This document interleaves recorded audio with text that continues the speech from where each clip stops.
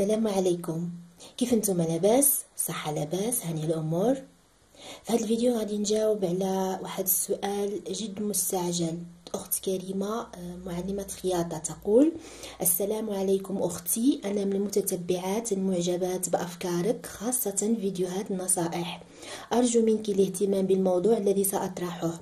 انا معلمة خياطة وأردت أن أعلم سيدات بالمجان في سبيل الله. أعطي دروسا للمبتدئات في الرندة، درس التنبات والفصالة، وأخلق لهم أفكارا للتشجيع والمنافسة بينهم. أقدم لهم مكافآت. في الأول كنت أتلقى كلاما يثلج القلب، تقصد في البداية كنت أتلقى كلاما يثلج القلب ودعوات تحمسني، لكن مع مرور الأيام أحسست أني مجبرة على هذا، يعني تقصد مجبرة على ما تقوم به. أعطي دروس ويطبقوها وكأنني مرغمة على ذلك. حتى كلمة شكر لم أتلقاها منهم، حتى أحسست بالثقل والملل، مع العلم أني أخصص وقتا من الضيق. تقصد أن عندها وقت قليل ومع ذلك كتستخلص أو كتستقطع وقت كتخصص ليهم، يعني بزز بحال نقولوا بالدارجه المغربيه، وقتها ضيق ومع ذلك كتخصص لهم مقيت. اذا تقول ان وقتها ضيق بسبب ظروف عملها في الخياطه. تقول: أصور فيديوهات أضعها في مجموعة الواتساب، وأخصص حصة لمراجعة تطبيقاتهم، ثم أتابعهم وأضع نصائح كل يوم سبت، ولكن أشعر وكأنهم اعتبروها واجب علي. لم أجد تحفيز نفسي على مجهودي. أرجو أن تردي علي، ماذا أفعل؟ هل أتوقف أو ماذا؟ أرجوك. أنا صراحة أختي لما قريت هاد الرسالة ديالك اليوم الصباح كنت خدامة كنوجد حوايج اخرى، يعني دروس اخرى للقناه، لكن ملي قريت هاد الميساج وقفت كل شيء. يعني احسست بمدى يعني الحيف او ضياع اللي انتي دابا كتعيشيه. لذلك انا كنخصص هذا الفيديو باش غنجاوبك، وكذلك غادي نتطرق لواحد الجزئيه كذلك مهمه كتخص حتى واحد الفئه من المتعلمات، ماشي المعلمات، المتعلمات. اذا اختي انتي، يعني نجاوبك دابا على هادشي اللي قلتي. فانتي اذا اتقنتي ما تعلميه واحسنتي في ايصال المعلومات وقدمتها بشكل صحيح لتلاميذك فأخذت مقابلا ماديا، أنت بذلك جندي من جنود الله. رب العالمين اختارك لهذا العمل لإفادة الناس وتعليمهم حرفة تعود عليهم بالنفع. إذا ما الذي يمنع من أن تفيدي وتستفيدي؟ جهد مقابل جهد، هذه سنة الحياة. كونك اخترتي مهمة التعليم في سبيل الله، هذا لا يتعارض نهائيا مع ما تتقاضينه من أجر. فكما أخبرتك، إحسانك، إتقانك، صدقك وحرصك على التعليم بأمانة، كل هذا في سبيل مرضاة الله. إذن لما تكوني تعلمي وبالمجان ولشهور أو سنوات، هذا سيشعرك حتما بالضجر والملل، تقدري كاع تكرهي هذا الدومين، وحتى ولو كانوا تلاميذك يشكرك ويحسنون معاملتك. من الخطأ أن الإنسان يعطي وما ياخدش، بذلك هو يظلم نفسه. والأسوأ في الموضوع هو أنه يجذب لحياته كل المستغلين، ينفق من راحته وصحته ووقته لإرضاء الآخرين، والآخرين لا يرضون. في حالتك أختي حتى كلمة شكرا ما بقاوش يقولوها لك، ما بقيتيش تسمعيها منهم. لماذا؟ لأنك برمجتي راسك على العطاء والعطاء فقط، وما عطيتيش قيمة للشي اللي تقدميه لهم، حيت عطيتيه فابور وهما ما قدروش قيمة ما قدمتيه لهم، حيت وصلهم مجانا، وأوتوماتيكيا اعتبروا حق مشروع لهم لأنك أنت سمحتي لهم بذلك من البداية. أختي، أنت عندك علم تعطيه بكل كرم وما كتبغيش تاخدي، يعني ترفضين الأخذ. هذا يغلق في وجهك كل فرص العطاء اللي في الدنيا. انتبهي عزيزاتي، إذن لا بد من التوازن، ما تضيعش راسك، أقصد نفسك أعطيها حقها، والآخرين حتى هما أعطيهم حقهم. سقسيتيني أو سألتيني ماذا أفعل؟ كتبت لك توقفي فورا. لماذا؟ لأني ما بغيتكش تبقاي ماشية في هاد الطريق، هي الطريق كما نقولوا مشدودة، طريق مسدود كلها ألم ضيق ومشاكل لا حصر لها. فالطريق اللي نكونوا ماشيين فيها وحنايا ماشي مرتاحين وغير مستمتعين صراحة ما فيها خير أبدا. جيد جدا أنك فكرتي تراسليني، هذه فرصة تفتحي أمامك أبواب العطاء اللي كاينة في الدنيا حتى انتي وصلك منها نصيب. يعني لو أنك بقيتي ماشية في ديك الطريق صراحة كان هيجي عليك واحد النهار حتى انتي تبغي تاخدي فحالك فحال جميع الناس، حتى انتي هتبغي تاخدي، ولكن غتلقاي كل شيء علق، يعني كل شيء هرب، كل شيء هرب عليك. وكوني على يقين بانه حتى شي واحد ما غادي يكون جنبك وحتى واحد ما غادي يعطيك، على عكس داكشي اللي انتي كنتي كتقومي به من قبل. اذا شنو الحل؟ انا بالنسبه لي في رايي الشخصي كاينه في الحاله ديالك 3 ديال الحلول. الحل الاولاني، اما تعلميهم بمقابل مادي شهري ولو يكون رمزي، يعني لغي الموضوع د الفابور او المجان من بالك، فبهاد الفلوس اللي غتوصلك غتشجعي وسيصبح لديك الحافز على المواصله، وحتى هما غيوليو يعرفوا بقيمه الدروس اللي كتعطيهم واللي كتعلميهم.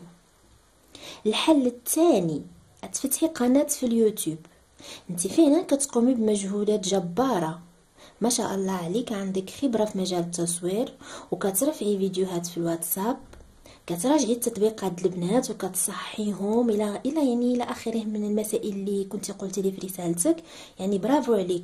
اذا الافضل انك تفتحي قناه في اليوتيوب، ما بقى لك والو، غتزيدي تعلمي شويه د المونتاج، راه ساهل. انا براسي لما فتحت القناه ما كنتش كنفهم فيه حتى شي حاجه، انا في البدايات ديالي مع القناه انا خوتي اشقائي وقفوا معايا، ما كنت كنعرف حتى شي حاجه، لا نصور لا نمونطي لا هادشي ديال اليوتيوب ما كنبقاش بال فيه حتى شي حاجه. ولكن مع الايام بديت، يعني في الاول كانوا وقفوا معايا اشقائي، ولكن من بعد شويه شويه بديت يعني كنستقل باموري، حتى صافي من بعد بديت كنعدل كلشي اموري راسي. يعني هاد المسائل هذه كتجي مع التعلم. اذا قلت غادي تتعلمي شويه، تطوري من مهاراتك وصافي هتولي تخلصي في اليوتيوب.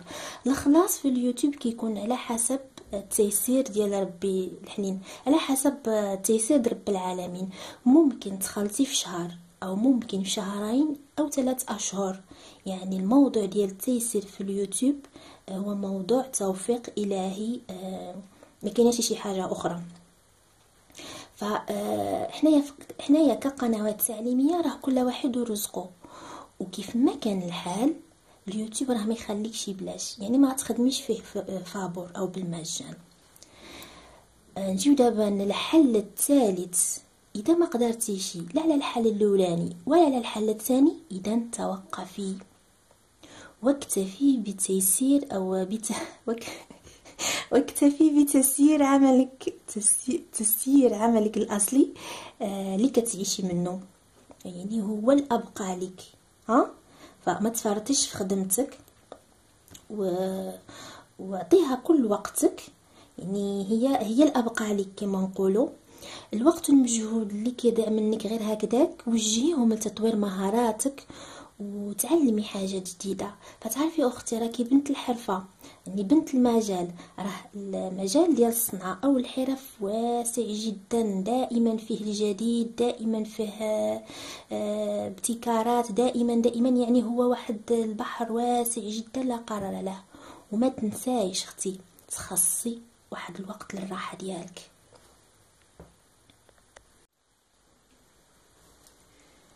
فكملنا الرد على رسالة الأخت أستاذة الخياطة. كنتمنى أختي تكوني في الاستماع وتكوني استفدتي من الشيء اللي قلت، يعني هاد المسائل اللي يعني هاد الخطوات اللي شرحت لك كنتمنى انهم يعودوا عليك بالنافع.